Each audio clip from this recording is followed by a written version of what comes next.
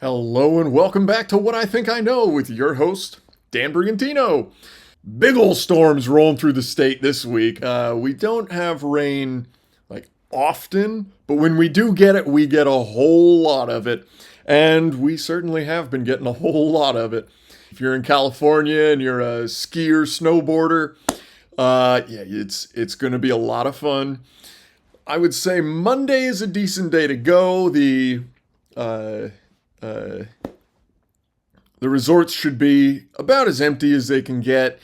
And if you're looking for some real good time, I would say Thursday, the 29th, I think it was. That'll probably be the best day of the year. We're going to get another little flurry on Wednesday.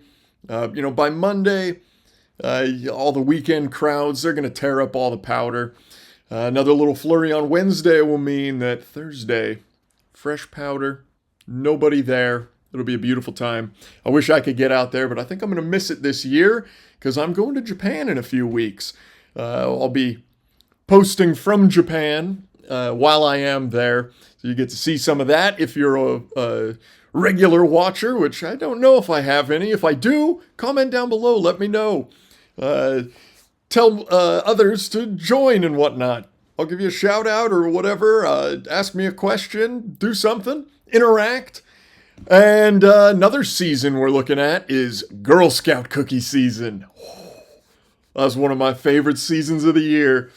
I don't know the names of hardly any of the cookies. Of course, Thin Mints, Samoas. I think they changed the name because they didn't want to be racist or something. But the Samoa, the little coconut caramel guy, love those things. The Thin Mints, I've kind of grown out of as I've gotten older. I don't like mint on foodstuffs so much. I guess maybe it reminds me of brushing my teeth, and so once I'm finished with that, now I don't want to eat. Now I'm ready for bed or ready to go to work or whatever, depending on the time of day. But anyway, let me know what your favorite cookie is. I also love those lemon ones and the shortbreads. But yeah, it's a shortbread with a little lemon icing on the bottom. Fantastic. The lemon ones change all the time. There was another lemon one a long time ago. I don't remember when it was. There was one in between that was like a little lemon slice. It was powdered or covered in powdered sugar. And then there was another one before that. And I want to say it was a sandwich kind of style. So good. I hope they bring those back someday. But anyway, moving on to some real news. A little sketchy. We're going from Girl Scouts to Epstein, but here we go. So one thing that's really cool with the Epstein stuff, Prince Andrew, he got arrested. He got let out the same day, but that's pretty cool right there. Now, the way arrest works is you get arrested, charged, and then depending on what the charge is, you can either get bail or they'll hold you until your trial. So I don't recall what Andrew's charges were. I'm not sure if they even actually said it. I know it was in relation to the Epstein stuff, but we'll see in the future. I would love to see that trial. That'd be fun. Here I have a very interesting thing from the files themselves. I just wanted to kind of talk about it because we talk a lot about like Muslims and stuff like that. I'll get to reading and I'll put it up on the screen here for you too. We will openly reveal our identity with the races of Asia and Africa. I can state with assurance that the last generation of white children is now being born. That alone, that's terrifying. Our control commissions will, in the interest of peace and wiping out interracial tensions, forbid the whites to mate with whites. The white women must cohabit with members of the dark races, the white men with the dark women. Thus, the white race will disappear. For mixing the dark with the white means the end of the white man. And our most dangerous enemy will become only a memory.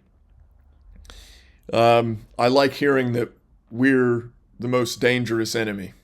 That makes me happy right there. We shall embark upon an era of 10,000 years of peace and plenty of faux Judica. I don't know what that.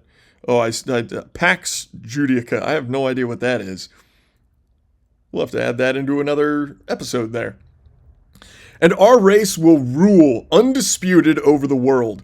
Our superior intelligence will easily enable us to retain mastery over a world of dark peoples. If you're not understanding that, that means the Jews up top are getting the whole rest of the world to intermingle and turn everybody dark. And that way, the Jews will be the master race. I think I know of another group who did that one time, or attempted it at least. I don't know. Maybe it was around World War II time. Maybe they thought that the master race was perhaps white people. It was Aryan? Huh. And so maybe the script flip that we're all kind of interested in around the Holocaust, maybe they were actually just trying to stop the people who were trying to kill all the white people. Maybe it wasn't a genocide. Maybe the stories of the gas chambers having like wood doors not being sealed and not having any of the chemicals in the concrete and stuff when being tested, and all the stories of like what's her name, Anne Frank, you know, her book being written actually by her uncle, not her, and all that stuff. Maybe all that's true. The rabbi writing this goes on to say, what about various religions after the Third World War? Rabbi Novik, that's a weird, whatever that kind of name or title is. There will be no more religions. Not only would the existence of a priest class remain a constant danger to our rule, but belief in the afterlife would give spiritual strength through irreconcilable elements in many countries and enable them to resist us. We will, however, retain the rituals and customs of Judaism as the mark of our heredity, ruling caste, strengthening our racial laws so that no Jew will be allowed to marry outside our race, nor will any stranger be accepted by us. So Jews calling themselves their own race, that's sure, no problem. I've got nothing wrong with thinking Judaism is a race, not a religion. But they're going to make it law that Jews must marry Jews. Again, kind of not, I have no problem with that. That is fine with me. I'm not a Jew, and I don't care what the Jews do, truly, in regards to themselves.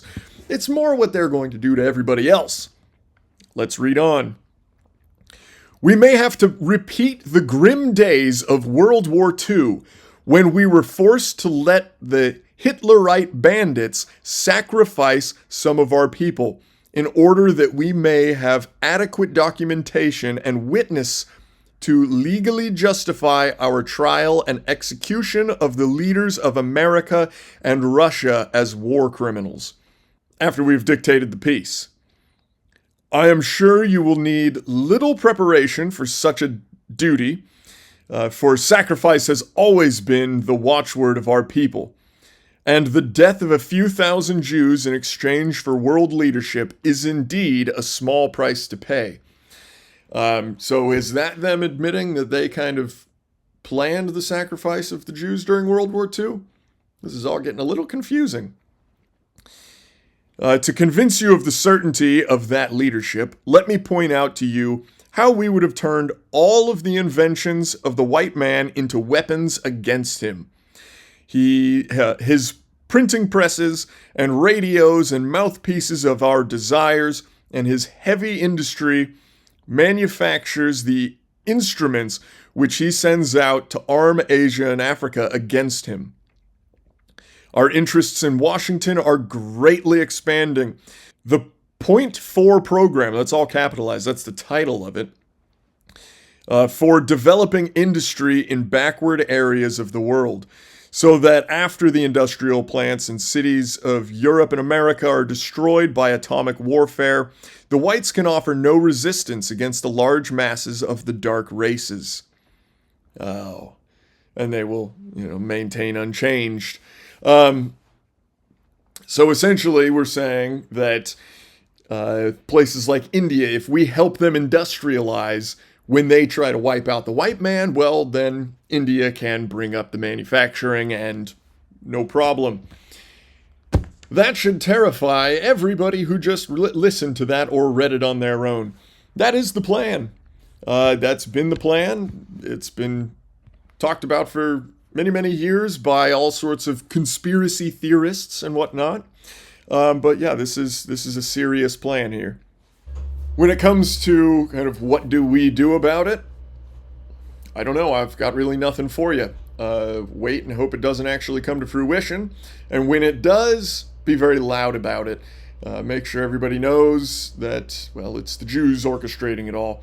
It makes sense. I've kind of had a theory for a long time that the Jews actually created the Muslims to get rid of the Christians.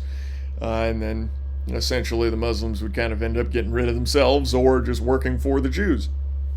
Makes sense that our whole country is being run by Jews. Everybody in Hollywood is a Jew. Everybody in government seems to be Jewish. Not everybody, at least we got a little bit of Christendom in government. And fortunately we have the Vatican City. Now, I'm not entirely sure if that's the right thing to help us. Kind of seems to me like they could be doing some creepy things as well, but better than nothing, I guess, as long as they're not working for the Jews. This has nothing to do with your friendly Jewish neighbor down the street. He probably, I would assume, has no idea what all this is about. I know plenty of Jewish fellas who are basically Jewish in name only. They were, genetically Jewish, and otherwise they've never been to a Jewish church or whatever. Or at least that's what they tell me. But anyway, yeah, I don't think they truly know anything about real Judaism, the teachings of the Talmud and whatnot. Jews don't follow the Old Testament. The Old Testament is kind of a map toward the New Testament, but otherwise Jews use the Talmud, which is full of lots of other stuff, kind of like the Quran, where, they've got all the surahs saying, oh, kill the infidel, Christian, Jew, kill them all, doesn't matter. If they don't want to subscribe to Islam, just off with their heads, right? The Talmud does essentially the same thing. They call us the Goyim, and we are nothing but trash to them, nothing but sheep ready for the slaughter. And, well, yeah, that's definitely what's going on there. So that's some fun from the Epstein files today. Moving on to a little bit of happy news from California, actually. And it comes from a 5th grader of all people. It's a beautiful thing. Check this out. San Diego, there was a 5th grader. He was asked to help a kindergartner watch a movie, a little video called My Shadow is Pink, and said, you know what, I don't feel comfortable doing this. I don't want to do this. And so the parents said to the school district, we want our child to be opted out, this teaching the certain type of, sexual behavior that's being taught in the schools. And the school said, absolutely not. So he said, well, if you guys don't let my son opt out, then we're going to take legal action against you, and actually sued them. And what was so incredible about that is that they won. And so now there's a precedent set here in California that any child from K through 12 that wants to not participate in any type of sexual and indoctrination or anything that's forced on them, they can now opt out. And so this has brought freedom to children all over California. This has made not only the children happy, but the parents happy, because a lot of people, most people would agree that they believe that certain things should be taught by the parents and not by the schools. That schools are really a place where children should go to learn reading, writing, math, and not other things.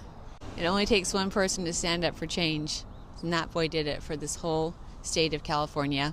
Absolutely. And imagine if a fifth grader can do it, we can do it, and we don't have to be afraid, and we don't have to be ashamed. Huzzah! As she said, a precedent has been set. I want to see a ton more lawsuits. I don't have any children at the moment, but if I did, I would certainly, and of course the time and money to sue, I would certainly be doing my part there. I would love to. And yeah, truly, there are certain things that the parents should be teaching the children, not the schools. Sex ed, when I was in school, was all about, like, they had, there was a middle school sex ed that was, this is what's happening with your changing body, essentially. And then in high school, it was more about, like, here's how to do safe sex, which not a big fan of. I don't think we should be teaching people necessarily how to have safe sex, but if they're going to have sex anyway, it should be safe sex. And with the growing amounts of, well, not so much growing anymore, but with the amount of secularism out there right now, yeah, definitely better to practice safe sex instead of just running off and murdering your baby.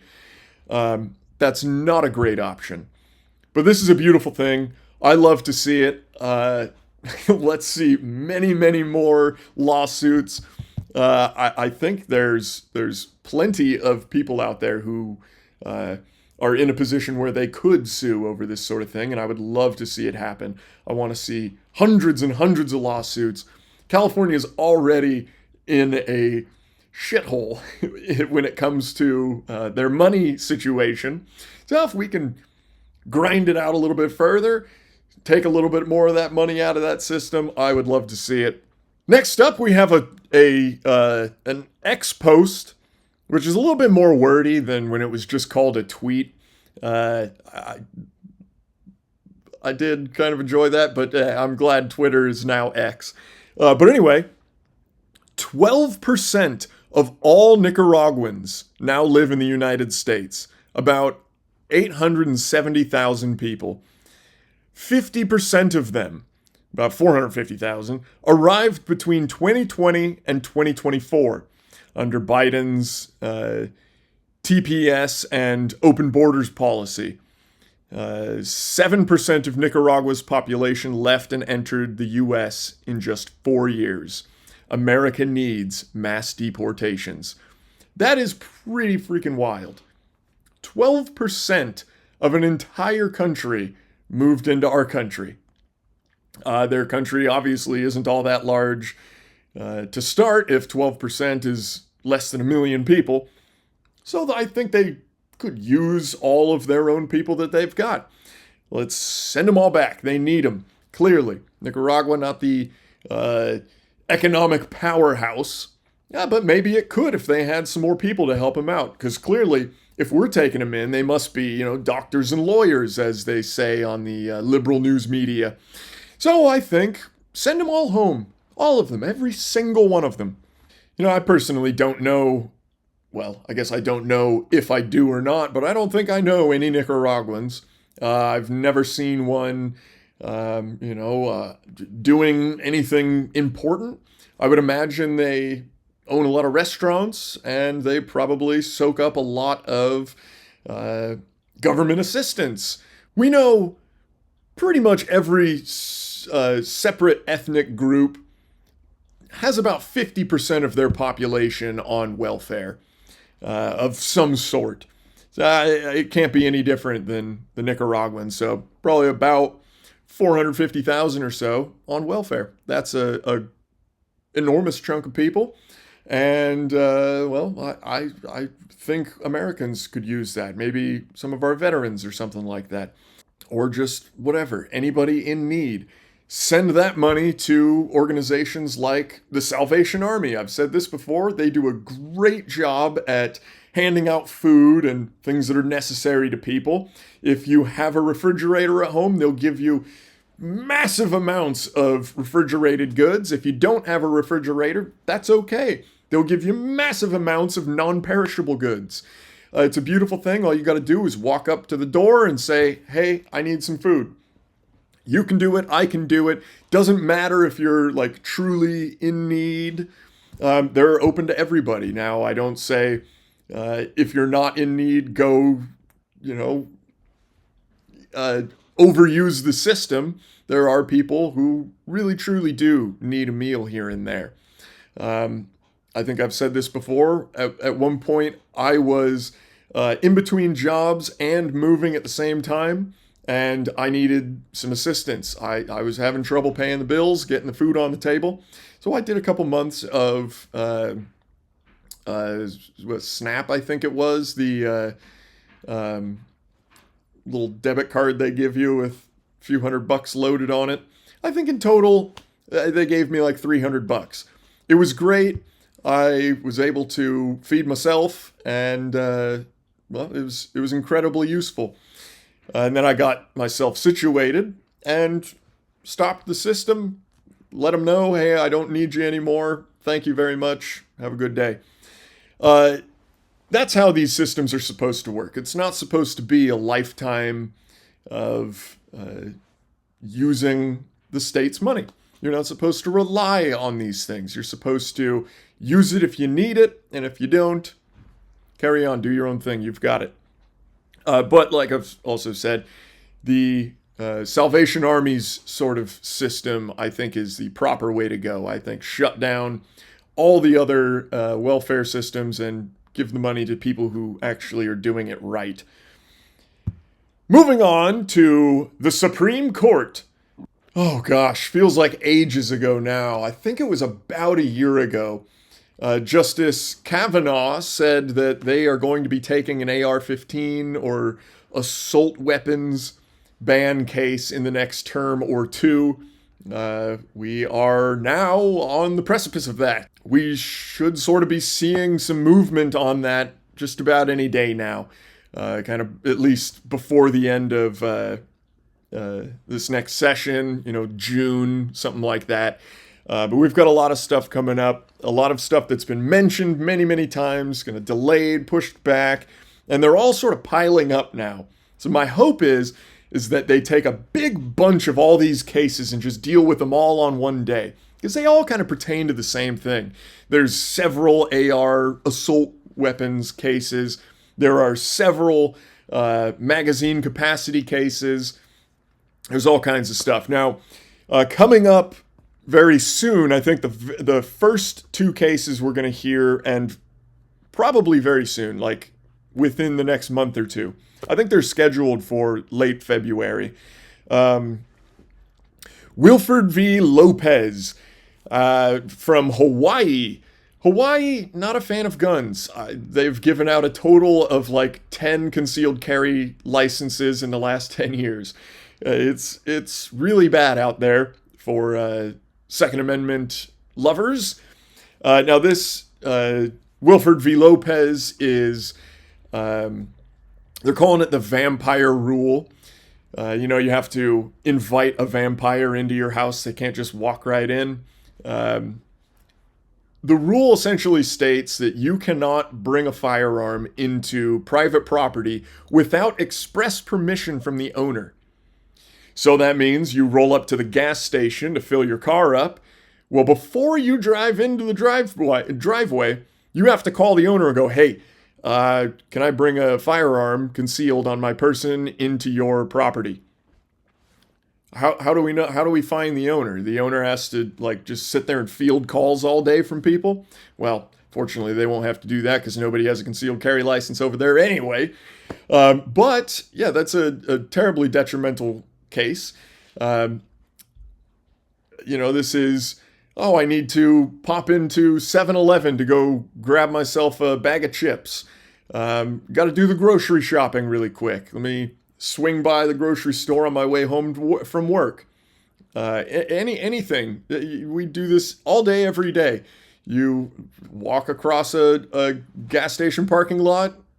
There you go. There are lots of like strip malls that the parking lot is privately owned. There you go. Can't do that. Nope, stay out of there. And there's a whole system they're trying to do with like placards. You got yellow and red and green and whatever.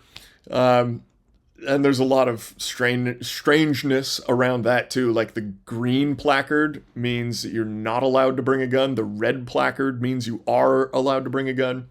Very strange stuff.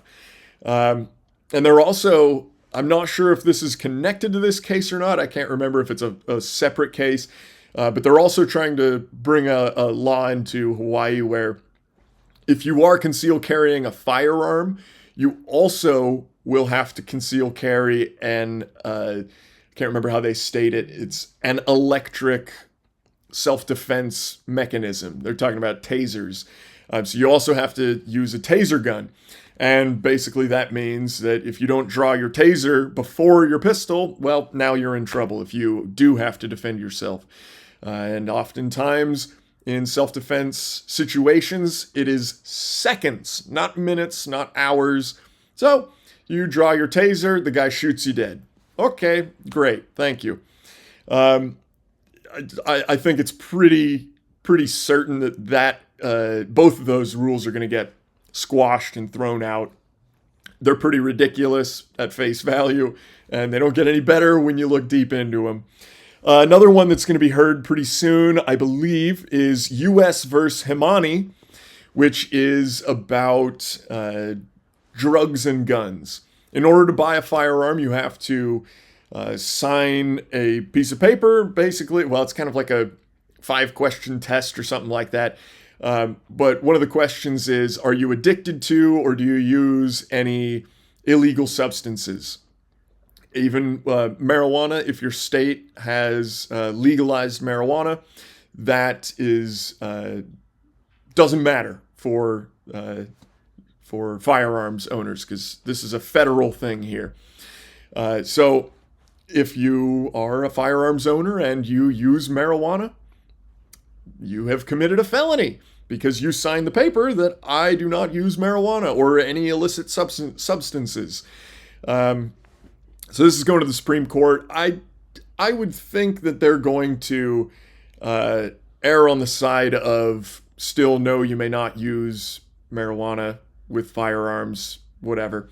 It's a little bit strange because, you take one puff of weed and like it's kind of like alcohol. It gives you some brain fog for a few days, but then you're fine later. It's not going to draw you into a psychosis or anything. Not necessarily. I mean, in high quantities with a kind of more of a weak mind, somebody who's not strong of mind.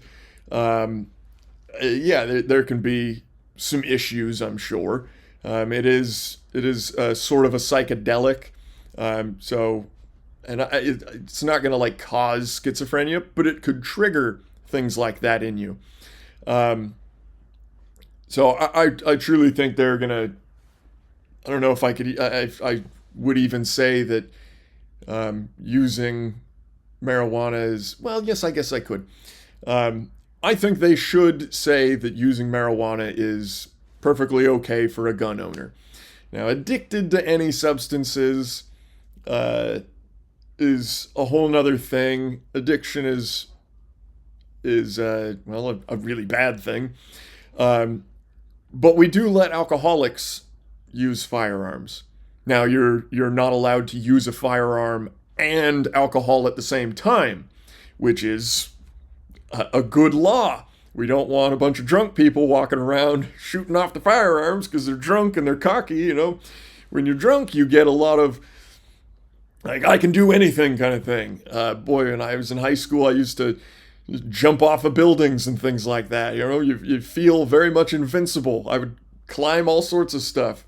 Granted, I would do that sober too, but anyway, high school parties aside, um, now that I am a reasonable adult, yeah, it's very clear that those things should not be mixed. I think I've mentioned it before with marijuana. I've seen people do a lot of stupid stuff like, and simple things, just like carrying too many things at once. You'll end up dropping something. You know, if you choose to do that with a firearm, well, you drop the firearm. There are some firearms that will go off when dropped. But there's also the case of your thinking is kind of delayed. This is seen in car accidents and stuff. If you drive high, there's a much higher likelihood that you might even be staring at the rear end of the car in front of you, but it takes you too long to realize that their brake lights have now turned on and you plow into the back of them. There's lots of instances of things like that. And so that could also be like, your fingers on the trigger and you're just kind of slowly pulling it and you don't even really realize that you're doing that. And then gun goes off. There you go. So the mix of guns and alcohol, guns and drugs at the same time, never a good thing. But should a 65-year-old man who has a closet full of guns, or a gun safe full of guns even, should he not be allowed to smoke a joint on a fishing trip? I don't know if you guys know a lot about fishing, but I would say probably 90% of fishermen smoke weed. It's a very common thing. You're in the outdoors, it's beautiful, it's calm. Maybe you're floating on a boat down the river. Yeah, lots of fishermen smoke weed. And should those fellas, because they went out one weekend fishing and smoked a joint, should they lose all their firearms? I think certainly not. Now there are provable cases of, you're addicted to that, or you use it daily, or something like that. But there's an easy way to fix that. I would say, okay, you get in trouble, you have a joint on you, and you're, at a shooting range, and maybe it was in your pocket or something. The joint falls out of your pocket. A police officer who's at the range sees it.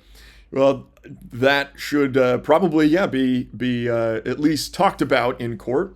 Go to court and have just a drug test thing. Go say, okay, let's do a monthly test for 6 months. When you get to the end of the 6 months, if you've been clean the whole time, no issue. Keep your guns. We're all good. But at the end of the 6 months, if you can't seem to stay clean, well then, we're going to come and take your guns. I don't think they should take the guns first. That should be a secondary thing. But anyway, that's kind of my opinion and the way I see the drugs and guns situation. Like I said, I don't think that's going to rule in favor of marijuana users. But we'll see. You never know. A couple of other cases that I think are really likely to be seen pretty darn soon would be Vincent V. Bondi. It's versus Pam Bondi because it's just the Attorney General in general. So since she's the Attorney General, that's who it's against. It's the nonviolent felons. This is like fraudsters. I think you could even like bounce too many checks and pick up a felony from that. But yeah, like financial crimes, things like that. Non-violent felons. It's pretty simple there in the name. Should they lose their gun rights forever? Jimmy down the streets never hurt a fly, but he stole 50 grand from the business he works for. Should that just mean he never gets a gun? I don't think so. I'd go 50-50 on this one, whether it's going to go in the favor of felons keeping their guns and not. We'll see. We did have a big upset with some nonviolent criminals, or nonviolent felons specifically, being returned their Second Amendment rights. So I could see it going in favor of the felons, but we'll see. And then one of my favorites and one of the longest running, oldest cases is Duncan v. Bonta. Rob Bonta, the Attorney General of California, horrible, horrible man. It's called high capacity magazines. They are standard capacity magazines. If you go to the manufacturer and you buy a rifle, say an AR-15, it will come with a 30-round magazine. This is a plastic, shitty magazine. This little tab to put your airsoft BBs in comes a little bit open, like that gets stuck in there. But anyway, it will come from the factory with a 30-round magazine. There are some replica type firearms, M16A1s, for instance, that will come with a 20-round magazine. It's more for the looks of the gun, because in Vietnam they started out with the 20-round magazines. But anyway, these magazines are standard. They're not high capacity. High capacity would be something like a drum magazine that holds, 50, 100 rounds. That would be high capacity. Is there anything wrong with that? No, why would there be? If I'm allowed to hold, and even with 10-round magazines, if I'm allowed to carry on me just no limit of ammunition, I could carry 10 magazines, 10-round magazines, which would be 100 rounds. Yes, it's going to take me a couple seconds to reload, and again, this thing kind of sticky, but you drop your magazine as you're pulling a new one out, magazine falls, new one in, you press the button on the side that sends the bolt forward, and you keep shooting. Drum magazines are also a little bit flawed. A lot of them do not cycle super well. They jam a lot. They're a pain in the ass to load. So, if you only have 100-round magazine and you run out, well, it's you're shit out of luck there. You're not going to be able to reload that very quickly. So you're going to have to just be throwing single rounds into the chamber, or maybe take a handful, load 10 really quick, whatever it is. You could perhaps carry multiple drum magazines. That's an enormous amount of weight. But anyway, the point is, these manufacturers have to make magazines specifically for California, which means they are non-standard magazines. California, I think we've talked about this before, they want to ban accessories. So would a smaller magazine not be an accessory if the standard magazine is 30 rounds? Or with handguns, a lot of them are 15, 17, whatever. There's all kinds of different capacities in handguns.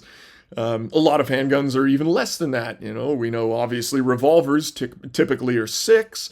And there's a lot of concealed carry firearms that are, 8, 9 kind of thing. But the fact of the matter is, a 30-round magazine is not a high-capacity magazine. It's a standard capacity magazine. And there's really no point to change that. Also, and really, all of these cases all put together, and all the other ones that I haven't talked about, there's tons of them, criminals don't follow the law. I believe it was some 70% of all firearm-related crime in California happens with illegally acquired firearms.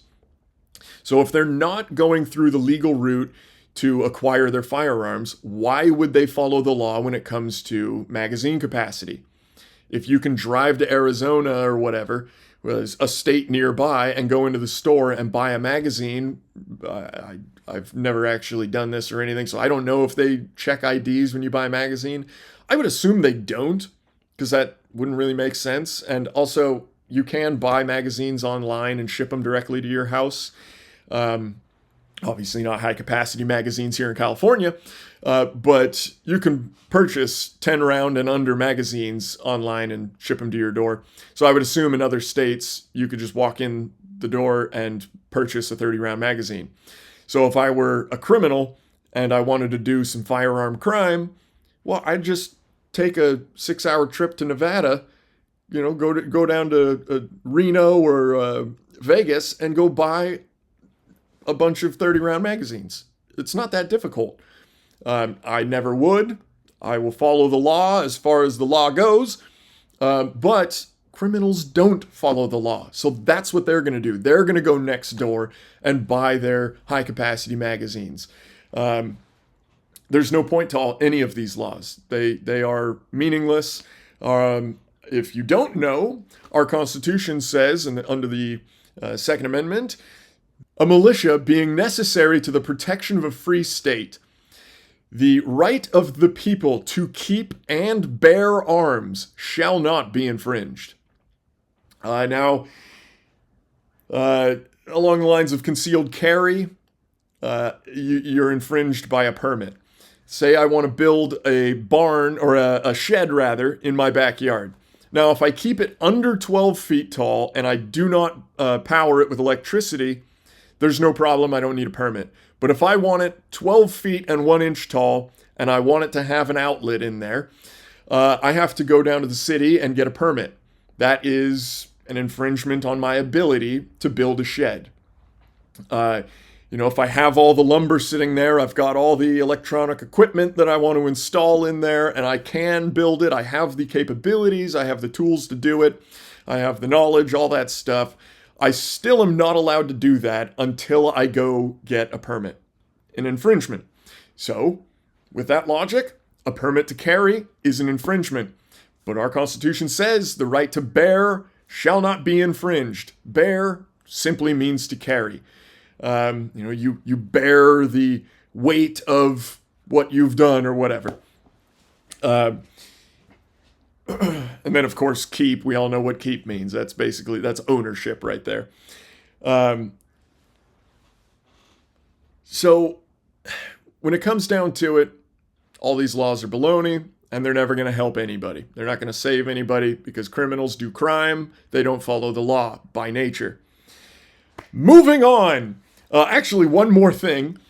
If y'all recall, if I have any longtime listeners at all, I went to Target here in town, and I had to go to the, what do you call it? The big box window with all the drugs behind it. The pharmacy. There we go. I had to go to the pharmacy, and I'm sitting in line at the pharmacy, and I just look up to my right, and there's a whole line of feminine pleasure devices. And, of course, I looked right in front of me, and there's a freaking child sitting there in the shopping cart in front of me. Why we have those devices in the aisle that, moms have to go down with their children all the time is beyond me. I thought it disgusting the day I saw it. I mentioned it here. And you can see as I pan to the left, I cut it out, but there was a child just in the bottom left of the screen there.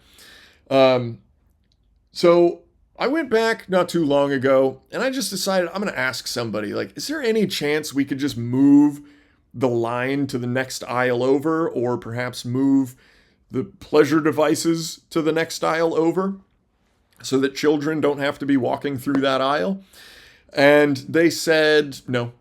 They said that any other aisle is too busy to put a line, which I can understand that, but that still doesn't mean that we can't find another place for those pleasure devices. It was only, like 4 feet long, and it was only one rack. Maybe it was 2 racks, I can't remember. But anyway, there's got to be another place in the store that we could put those devices. And I'm talking to her, and I'm just saying, hey, is there any chance we could move the dildos out of there? And she goes, oh, they're not dildos, they're massagers. So, when it comes to firearms, I would like to call this the dildo defense. It's not a firearm, it's a massager.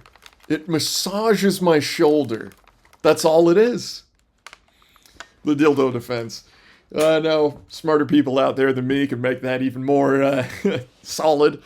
Yeah, I think I'm just going to write massage device on the side of my firearms from now on, and there you go. Handguns, yeah. Oh, my hands are hurting. I really need a hand massage. There we go. Moving on to our new segment, I guess, our anti-hero, or more like our anti-hero of the day.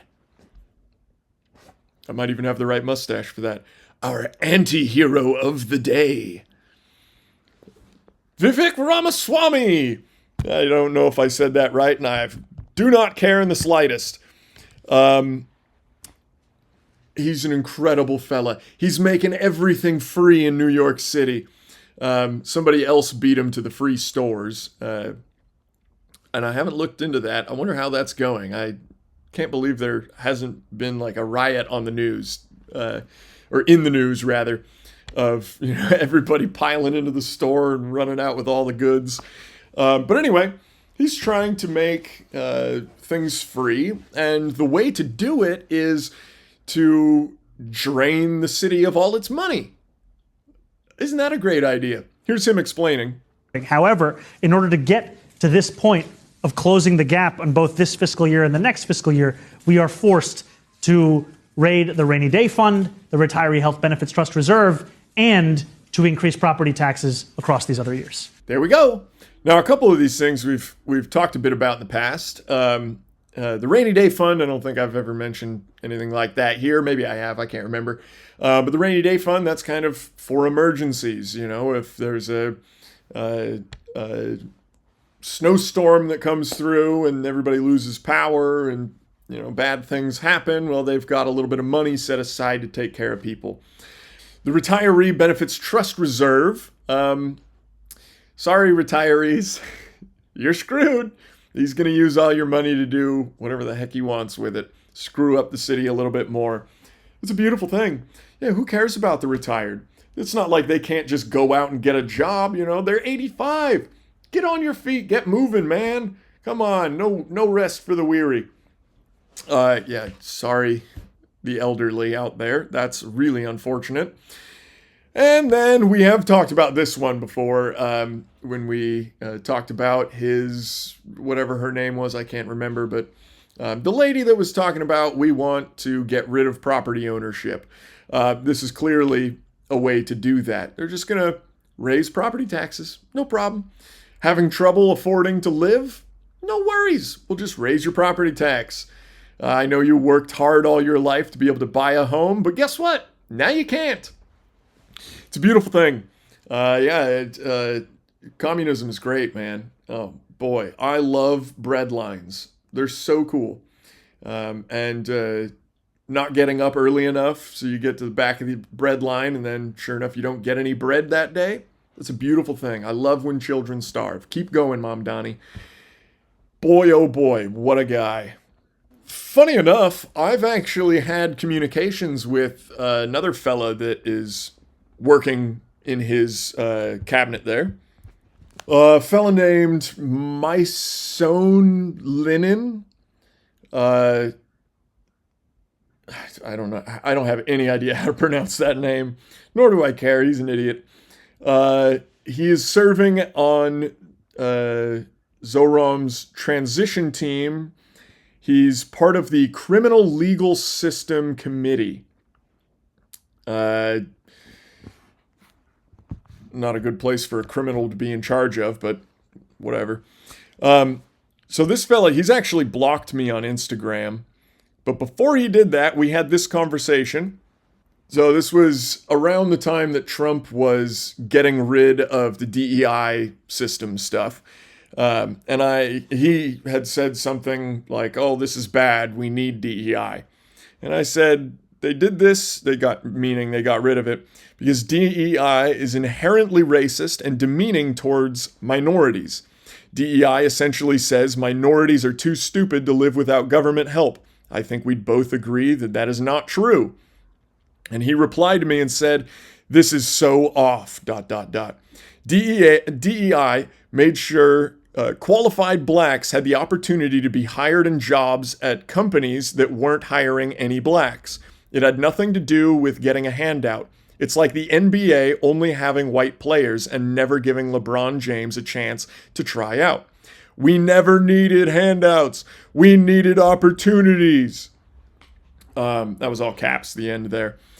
And we know now that DEI was just giving unqualified people positions in places they were not qualified for. They shouldn't have been in. Great fun. Love it. I responded to him, so shouldn't we have DEI for basketball and give more white people the opportunity to play ball? Or should we forget DEI and continue bringing on the best basketball players in the country, regardless of their race? I think that's pretty simple. Well, he blocked me because of that. I just kind of forgot about him for a long time. And fortunately, way back when, I had screenshotted that conversation, and I was just going through my phone, deleting all kinds of pictures and videos and stuff that I had saved to free up memory or whatever. And I just happened across that. I'm really glad I did, because that's how I found out he blocked me. He still has that Instagram handle and all that. So that's very interesting. I make a great point off of his terrible point, and he just blocks me. That's, I think, what we would refer to as like a fascist sort of behavior. Silence your enemies. And that brings us to our hero of the week. The hero of the week this week is, how do you say it? A controversial figure. A lot of Republicans hate him. A lot of Republicans like him. I myself don't really know where I stand. I think he's doing great things, and I also have disliked some of the things he's done before. But Representative Thomas Massie, he is fighting harder than anybody, I think, when it comes to the Epstein stuff. And, well, here's a little clip from him that I think is very poignant and absolutely correct. Some of them will be embarrassed, but some of them need to go to prison, and the survivors know that. So how will we know if this bill has been successful? We will know when there are men, rich men, in handcuffs being perp-walked to the jail. And until then, this is still a cover-up. I certainly agree. We are not done. We still have a lot more to fight for, and a lot of people need to go to jail. Now, the American justice system is oftentimes rather slow. We don't just want to go arresting everybody just because their name shows up in the file. We do have to have reason to arrest them. That is, well, something in our Bill of Rights that protects us from just unlawful searches and seizures and whatnot. You can't just go around arresting people because you don't like the way they look or something they said or whatever. You can't just go arresting people because somebody said something about them, which is a lot of what's going on in the Epstein files. There's a lot of people who are just mentioned because they're mentioned. Not necessarily that they did anything, but also there are plenty of people in the Epstein files that absolutely did stuff. Bill Gates, for one, I think I would love to see him arrested. I'd want him to be the first one. One of the most horrible people that have ever walked this planet, Bill Gates. But anyway, let me preface that by saying, allegedly. There you go. Allegedly the worst human being on the planet. But yeah, boy, oh boy, I want to see some perp walks, man. That would be so much fun. And for all of your hard work on the Epstein files and a lot more, Representative Thomas Massie, your Coors Light. Come on down and receive it. Enjoy it. It is extra cold today because, boy, we're having like a wild winter storm. Not that, California actually gets very cold. It's still probably, 50 degrees out there, but that's freezing for California. Anyway, thank you for watching. God bless you. God bless this big, beautiful rock we live on, and we'll see you next week.